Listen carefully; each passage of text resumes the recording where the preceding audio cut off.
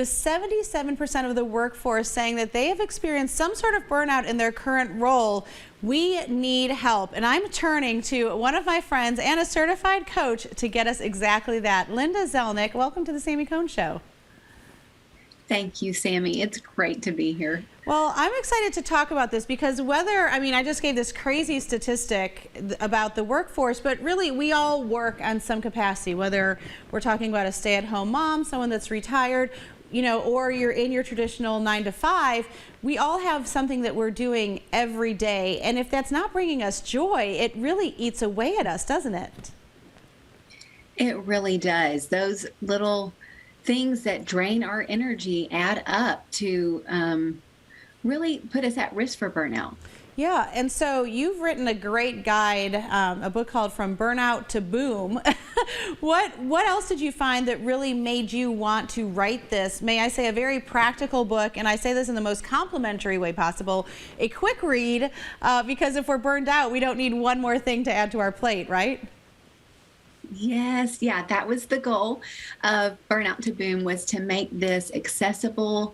I've been burned out. When you're burned out, you don't feel like you have any time. And so it gets straight to the heart of it, starts with awareness and moves on into strategies to really create a sustainable pace change. Yeah, and I do want to get to those strategies, but can you just talk first about some of the long-term implications if we don't address some of these issues? Yes, this is the part that really grabbed my attention, and I wasn't really aware of it until I did the research.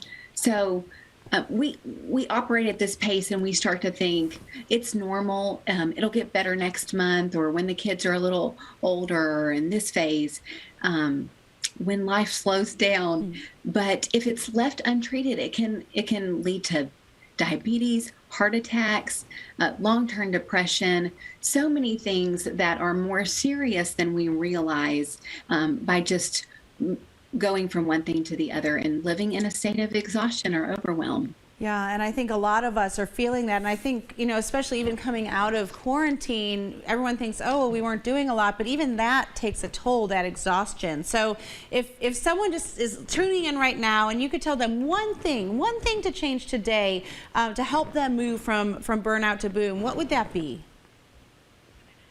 Yeah, the biggest thing that I recommend, the thing I recommend most often, is to create margin.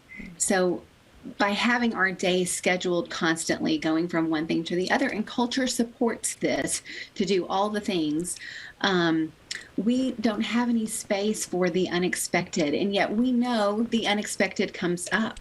And so when that unexpected thing comes on top of an already busy and stressful schedule, it creates even more undue stress, the long-term stress that just comes from that. And so creating margin looks like cutting out things that aren't essential, that are maybe things we feel like we ought to do, or things that used to serve us and were needed at one point for our lives but aren't anymore. Sometimes this looks like habits or different tasks and commitments, and sometimes it's even people, where we need to limit the amount of people we're engaging with and when. Yeah, I'll just raise my hand. I'm guilty. And so we have just a minute left, but can you just end us with some encouragement for that woman that's watching that's like, that's me, but I don't know how to change? Yes.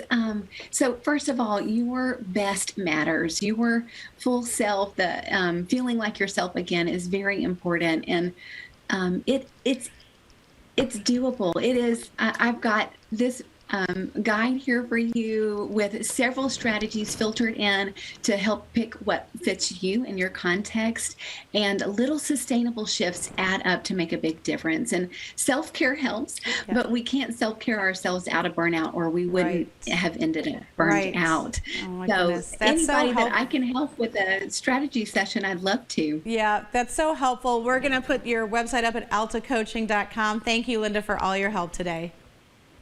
Thank you for having me, Sami.